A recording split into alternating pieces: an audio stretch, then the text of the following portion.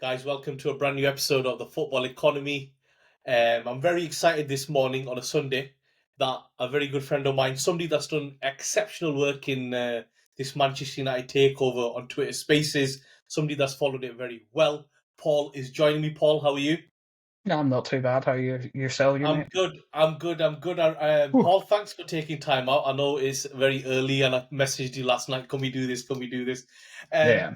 Before we get into the podcast, because we're going to cover the Manchester United takeover, and we're going to focus purely on this new deal that's going to be proposed and that's potentially going through. I just want to touch upon the sad passing of Bobby Charlton, and if you wanted to say anything on that. Yeah, well, we all heard the news yesterday. I found out about, must have been about 10 past 3. I got a Yeah, couple of messages saying that they're going to be dropping this news. Quite sad. Bobby Charlton is. There's very rarely in football that you can say a player anathematizes the whole thing of what a football club is, and it was what Charlton was. Coming through adversity, achieving no matter what, and keep on fighting to the end. The man, anytime he used to speak about United, I've seen the clips have been up on Twitter when he talks about the 1999 final, and you could just see the passion in his face. It's, I think it's a sad day for every United yeah, fan and most England fans absolutely. as well around the world because a Well, you legend could of the game. see you could see all the big clubs across the globe pay tribute. Number one, number two, for a lot of the young people that are listening or might not be fully aware, his record stood for like 50, 60 years, something ridiculous. They weren't broken for a long time. Ballon d'Or winner, um, survived a plane crash. Epitomized what Manchester United was, and it's a very sad day yesterday and today for all Manchester United fans. Paul, what now? I have followed this intensely. You've seen me in these spaces. I don't get involved in it because you guys do such a good job, so there's no point in me. And I just follow these intensely. And last Saturday and over the week, the news has kind of been confirmed that Qatar have withdrawn, and we'll come to Qatar later on. And Jim Radcliffe has masterminded a way of getting his foot in the door and eventually taking over the club. That is the claim. We don't know the exacts. A lot of it's going to come out. Could you just break down so far what we know of this deal and what's potentially about to happen? Well, there's not a lot you know about this deal. There's a lot of whispers going around, and the sports media kind of went into overdrive once the news about the Qatari withdrawal broke. Once that was kind of talked about by like Bloomberg, they mentioned straight withdrawal. Reuters said that they weren't upping their bid, so the emphasis is everybody was on it's going to be Sir Jim's, and they're. I think the only thing that's kind of been confirmed is it's going to be a 25% bid, 12% incorporating the Glazers shares and 12% incorporating the A-class shareholders. And that was always the problem with Sir Jim's bid. And it's the reason why people believed, be it people in spaces, be it financial experts, analysts, David Hellier said it perfectly. His original deal was dead in the water because the Class A shareholders launched legal action. So at that point, Qataris had a free run.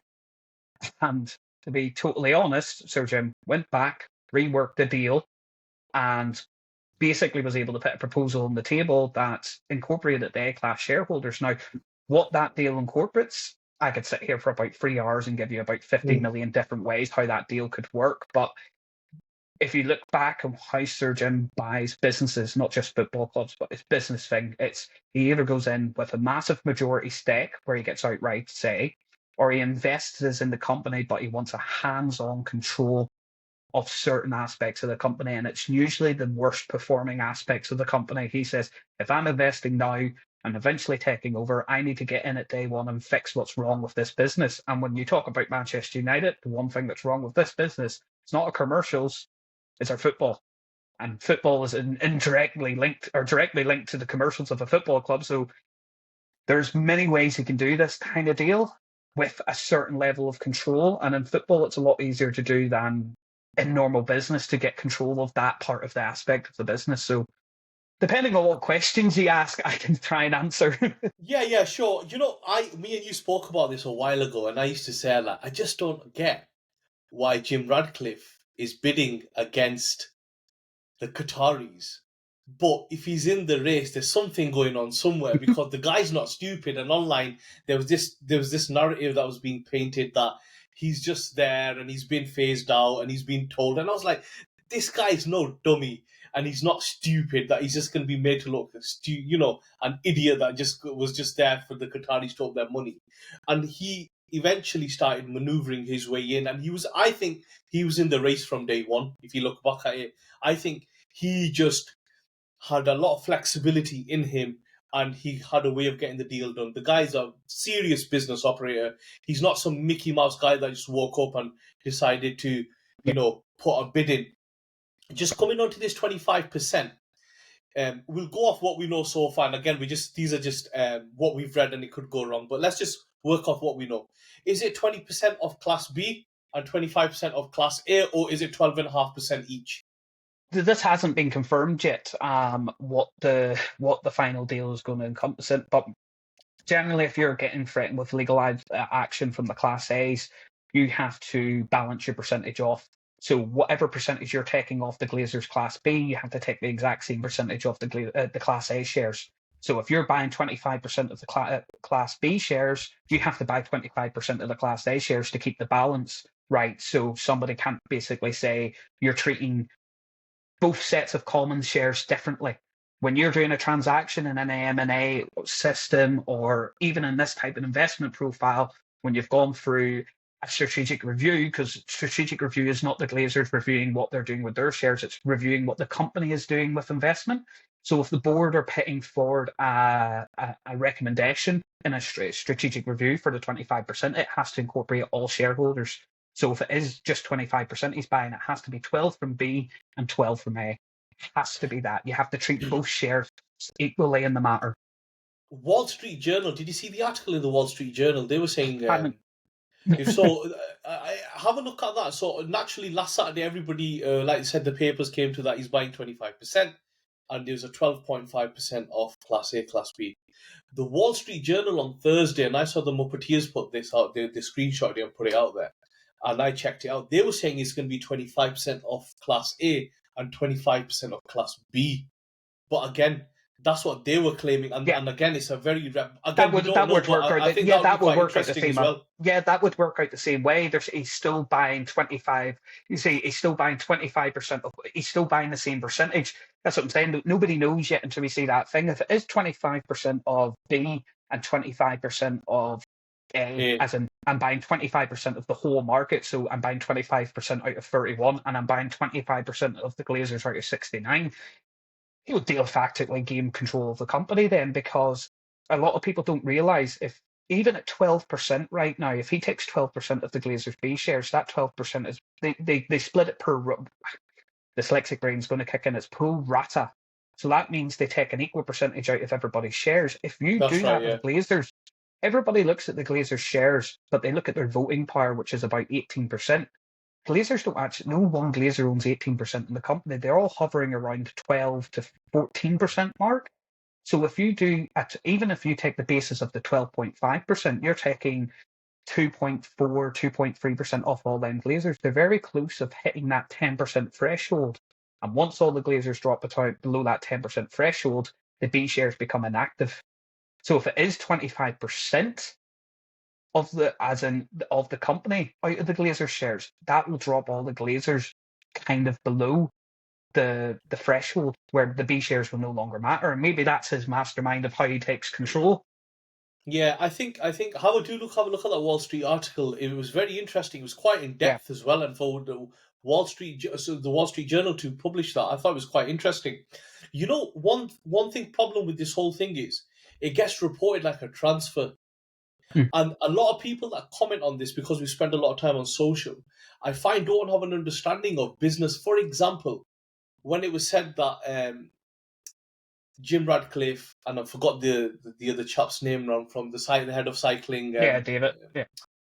Him and one of the Glazers will be on a committee. A lot of people just jumped, well, that could be a token gesture if it's a majority vote. He's not really got any say in it. It's not a token gesture. What it's called an authority. thing. So it's all about authority. So send they have given David, I can never remember how to pronounce his second Yeah, I name, and forgot his name. Yeah, the two NEOS guys and the committee, and they've said we're giving you control in the football structure. Now, the one problem about them having the control in the football structure is anytime they have to spend money or anything, uh, they have to get permission from basically the board or the head of the board, whoever is designed to basically sign off on all spendings, which is Joel Glazer.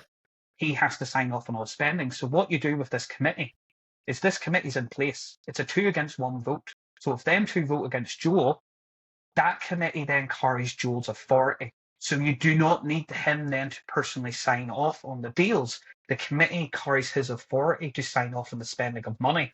So you don't need to approach the board. You don't need to approach Joel. You could just do it as a default. If them two agree on a thing, even if Joel doesn't have a vote, they can write it in that once them two agree on a thing, that committee then carries Joel's authority. So they could get sign off of money to buy players or to spend money on whatever their budget is. If they're giving a certain budget for money, players, and infrastructure, that committee gives them the authority of Joel without actually Joel having to sign off on it. So it's a legal way of bypassing having to go to the board all the time, considering you've not got the big share thing. So that people need to understand. You have him in that committee because then when that committee votes, it carries his authority, and then that means Joel or Radcliffe doesn't have to go off to the Glazers every time to try and push through signings. The committee does it for him, so he doesn't need to even yeah. do anything. So yeah, again, it's a way to have somebody to come in to affect your company without actually giving them control of your boardroom. I agree. I agree. I think it's a lot of people don't know how a lot of these things work, and it could be a case of Joel Glazer is still one of the owners. He Yeah, might need to be involved on knowing what's going on, so you can't totally get rid of him. In this scenario, Dave Brailsford is the yeah, guy. That's the guy. couldn't remember him. I saw the reports last night on a change in sporting structure. So there were Paul Mitchell, and we've been hearing that and X, Y, Z. One thing I look back at, and I always think the Glazers have spent money, right? What they have done very badly is how the money's been spent. And I go back to even if once Moyes was sacked, if they would have just put a sporting structure in then, they probably would have saved a lot of headache. If they would have said, right, this guy's going to run the sporting side, this guy's going to he's in charge of everything, it just would have saved him. I think it was very, very bad decision making that they just ended up spending money. Some will say not enough, some will say too much. Who's paying all these wages, X, Y, Z? But it was just badly managed. Do you not think the It whole was bad. thing? It's badly managed in the sense of we're signing players for footballing reasons to the managers, but the Glazers were never really. A lot of their big signings had commercial things behind it. Pop is a perfect example. Massive, massive public kind of hurrah about it, bringing Ronaldo back on over 500k a week, the massive PR hoo-ha. It was the brainchild of Woodward of you bring the big stars in, doesn't matter what we do in the pitch, we'll always make money. So it's a weird one. I Sorry, 2 felt they should seconds. have just. Sorry, I felt they should have brought in a sporting director a lot earlier and just let him deal with it. He could have took the pressure off him. He could have been one with Jim Radcliffe's going to face the pressure now. I felt this could have been done a lot earlier. Basically, what happened in that situation was when Ferguson left, David Gill left with them, and along came a man called Woodward and soaked up all the power. There's a power vacuum, massive power vacuum once Fergie left and David Gill left, and Woodward was the man that helped the Glazers get United, very well trusted inside the Glazer family, and he said, I can run this club and make it profitable. And the reason he got away with it so long is because he kept bringing up revenues, he kept bringing profits. So they were looking and going, uh, they were looking at the situation and going, well, we're not doing too good on the pitch, but we're not doing too bad. But look at the money we're bringing in. So they didn't care. They Yeah, thought Edward Withers doing a good job, and then it's all come crumbling down, and it's all now catched up on them. Players on high wages that you can't move on. You can't sell these players for any real amount of money. FFP now has come into it, and it's completely just Hammered completely him. messed everything up for them.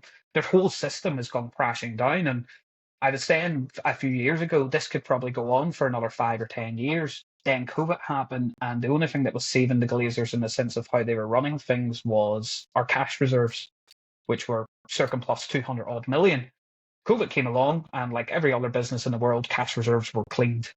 And once United lost them clash reserves, they're not able to operate in a sense of we can spend big in the summer, have our cash reserves to keep ourselves going, and then when we get all our sponsorship money, our TV money, our competitional bonus in the summer, we're grand again. They can't do that anymore because they don't have the cash reserves to do that. They have to actually keep an operational budget at the end of the summer. They can't spend what they want to spend. Yeah, we could, but we need to keep cash reserves now to pay our bills. Absolutely, absolutely. Talking about cash reserves, what are your thoughts? I'll tell you my thoughts first on what I'm about to ask you, and then I'll get yours. Mhm. My question was around Sheikh Jassim and how much money did he actually have? Because, as you know and I know, some people said it was state backed. Some people said he was a private individual. Some people said Qatar will pay over the odds. So whatever it was, I feel because firstly, what we've got to understand is there's a lot of sheikhs that exist, right? There's loads of them. Sheffield United are owned by a prince or a sheikh as well. I'm pretty sure they are. So, firstly, not all of them have endless money. Number one. Number two is I felt he played a very very bad hand, and what nobody mentions because what I felt where he got himself in a where he cornered himself was when he made that first statement, if you remember, when he made the bid, I want 100% of the club. I think that was when he cornered himself because he had no flexibility in his deal. It was 100% or nothing. Number one. Yeah, I just want to say, because I like to do these points bit by bit so I don't get confused in my head, that was actually a very, very smart tactical play. And the reason being I would say that was a very smart tactical play is because the position we're in, Radcliffe has had to divert massively from his bid because he made it quite clear I'm buying 100% of the company. So what that makes that quite clear to the A-class shareholders is do not allow any other deal that comes in that doesn't include your sales. So that was an early tactical play by him to basically sign out to the institutional investors, the people that own the three main ones, Emirates, Capital Airways, and Lindsay Trade Limited, to basically say if they try to pass any type of deal that doesn't involve you, legally block it. So he was smart in that point, and when he made his intentions clear, that was not for the fans. That was, that was him to set a standout. I think the problem he had is he could have still bought 100% of the club. He just had to do it over a time period. And that's where I think he Well, failed. which I'm coming to now. So obviously, at the point he's made that statement. So let's go with you. He's saying he's done that from a legal aspect to cover his bases, right? As this deal has progressed, and you know, and I know, this was going on monthly. So there's another bid. They're visiting the stadium, X, Y, Z.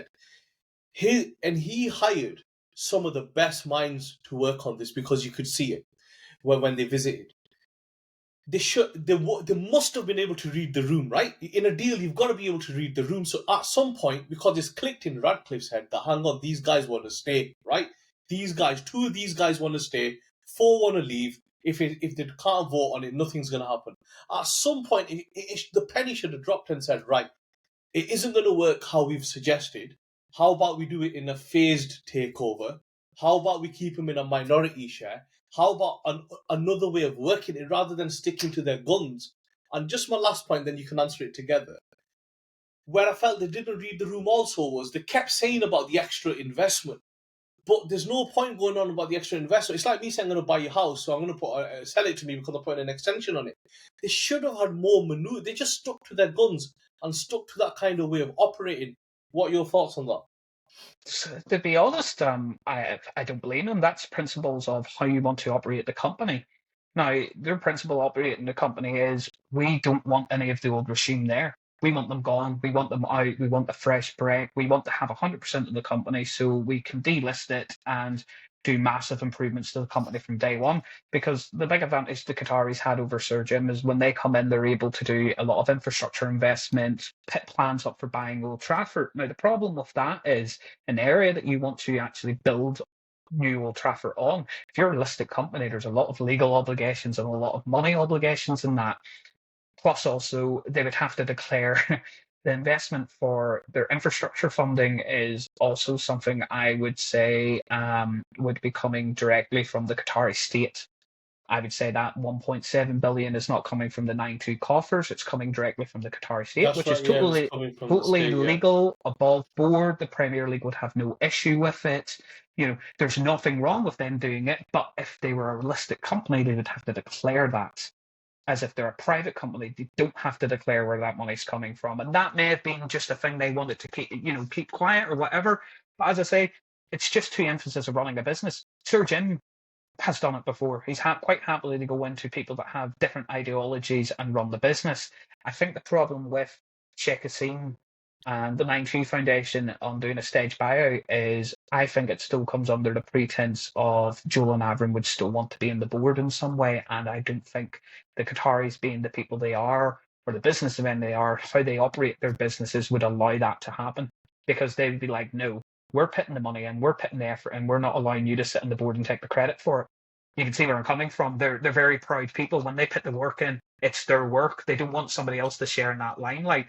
And when that comes to business, that doesn't even, you can't even just even take the 9-2. There's other businessmen in the world that have pulled out of deals for that exact reason, because the previous administration is not totally ready to sell. Some of them want to stay on the board, and they just don't want people to write off the credit, because then why not it's just pay just the a 6 billion then?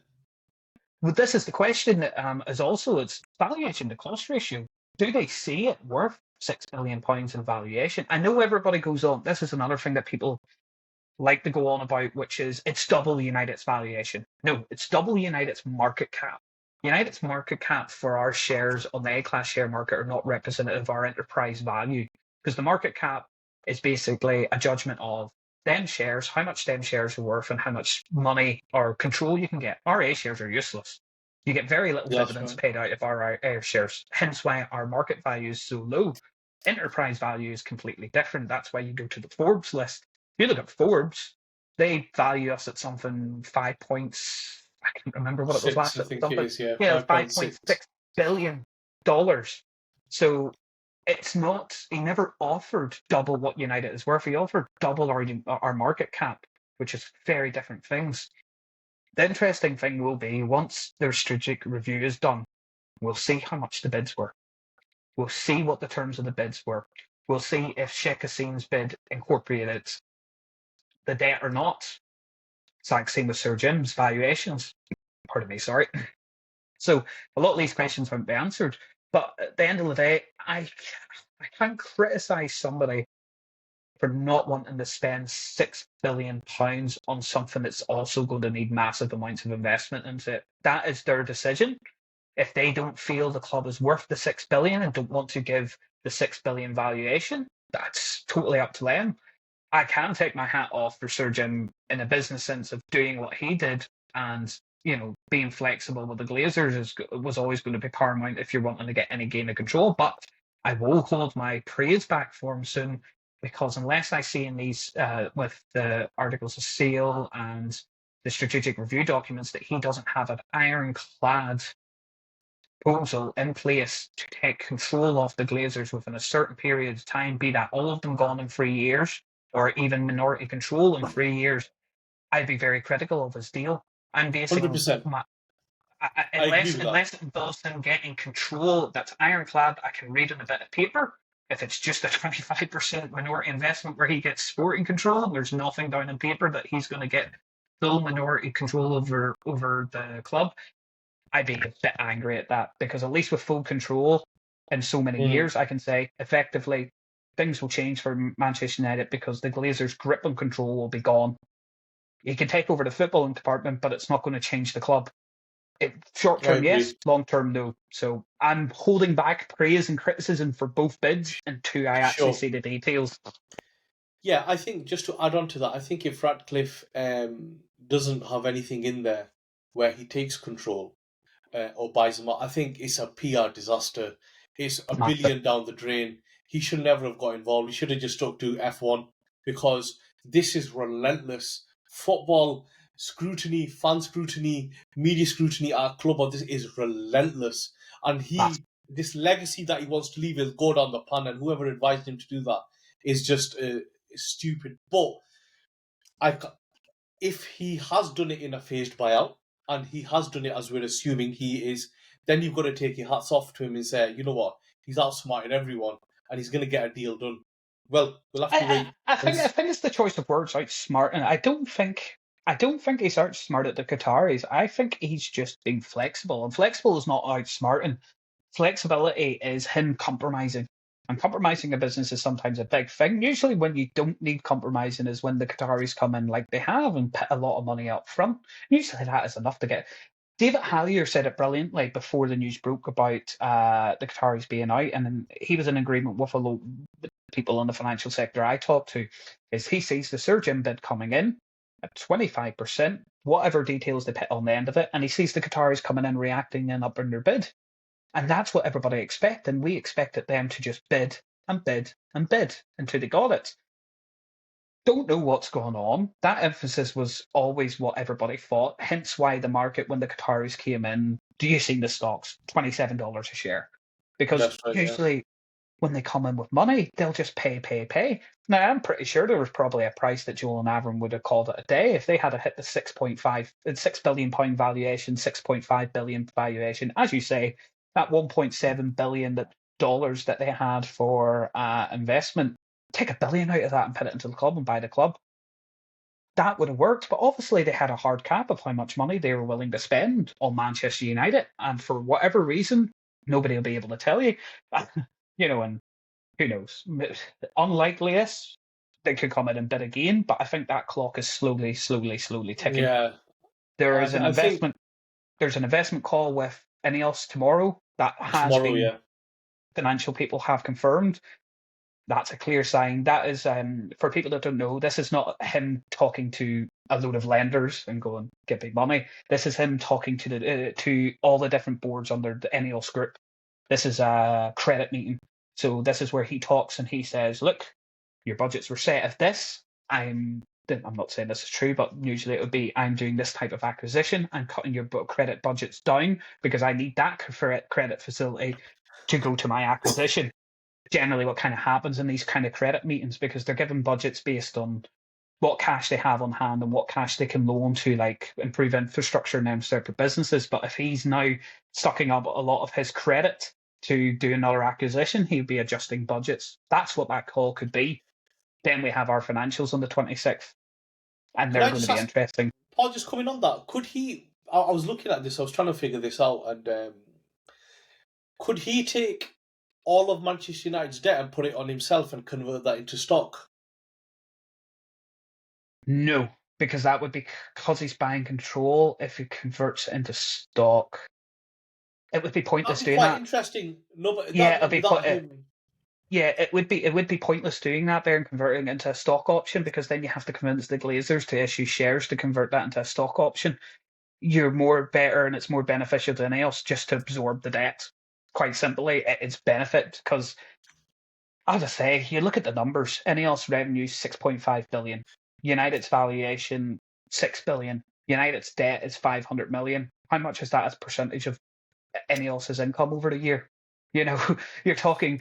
Yeah, Manchester United alone is 10% of 61 billion, Ineos's Paul. revenue. 61 it is. Yeah, 61 billion. 61. So around 10%, around 10% of Yeah. Ineos's total revenue. So if you think that debt at 500 million is going to put a dent on Ineos, not Yeah, really.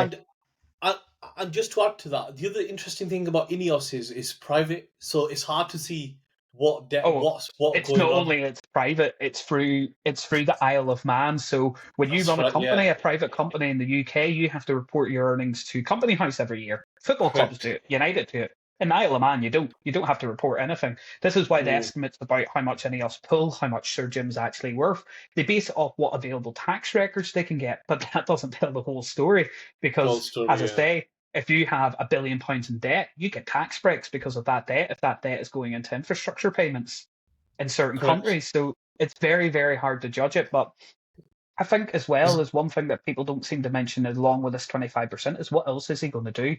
Because people mm, are like, as you quite mentioned, can he take the debt legally? Yeah, he can take the debt off United from day one. I think he will. If he's got a guarantee agreement that he's getting majority control in this club in 3 years, why wouldn't he take the debt off on day one? yeah, it works in his favour as well if he takes the debt on Works in the for his Glazers' company. favour Yeah, as yeah, well. as well. Yeah, 100%. I think this deal's quite techy, hence why it's It's taking so very long. there. It's very, very techy. It's not even that. It's the words. Lawyers are very, very peculiar when they're writing contracts with wording. I could say to you, I'm going to give you £1,000 in a month and sign that contract. Very simple. I'm going to give you £1,000 in a month. The lawyer that I'm talking to that is signing that contract may go, can you not say I will commit to giving you £1,000 in 28 days?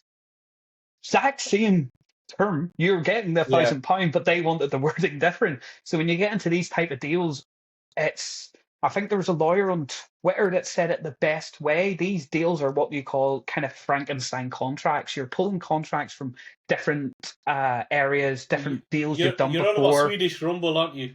No, it's the other one. The other one was talking about it. I can't remember his other one. It's like the Macborn and Bread one. Oh right, I not seen think that one. he's Not seen that one. no, he was talking about it and he explained it in quite an easy way, and it's an easier way than I explain it. It's a Frankenstein contract. You're pulling contracts from different areas, you're writing them all down, and then you're going back and forward. But it is a very complicated deal. But there's so many different ways you can do it. Just to give the listeners a bit of context, in our day to day business, we're working with a client that's taking on a huge like 100,000 square foot building, and them Mhm. contracts have gone back and forth for 8 weeks just over small, and this is way more complicated, way Yeah, more you see what I complicated. mean? It's wording. Yeah, Wording is so important. it's very very complicated. Just on my last question on this now, just to wrap this up. What do you think happens next? So, just as a rough timeline, in your opinion, again, this is your opinion. What do you think happens next? I'm trying to think it on the top of my head. Well, I would say, judging by what I've seen, I say either during or I think the closest we'll get to it is when these financial statements come out. I think before or just after we'll get it confirmed that they're in talks with Sir Jim about taking on this percentage share. I don't think it will come out that it's 100% done. If it does come out to seeing 100% done, this deal hasn't transpired in the last 3 or 4 weeks. This deal has been going on since June, since his last deal was legally pulled out. I would find it very hard to see if he'd be able to be in position before the January transfer window I think because so of as the well. because there's what even if he agrees to deal with the Glazers, he has the Premier League fit and proper directors test to go over because he's still owning 25% of the company, so he's over that margin where he has to go through the fit and proper test. Then he has to then also then do a public part tender offer for the 12.5% or 25, whatever share percentage he's taking off the A market. He has to do that. The board also, before any of that happens, have to publish the strategic review document and give the recommendation to the shareholders what the board believe is the right thing. So that's yet again another massive legal document they need to write out. So my prediction is it's going to be Jim in some form of capacity, and the hope is that he does what he does in normal business practices, which is I'm giving you this money, you're giving me control of certain aspects of the business where I can meaningfully affect and improve this business. Yeah, So I think you're hundred that's all percent I can right. say on that one.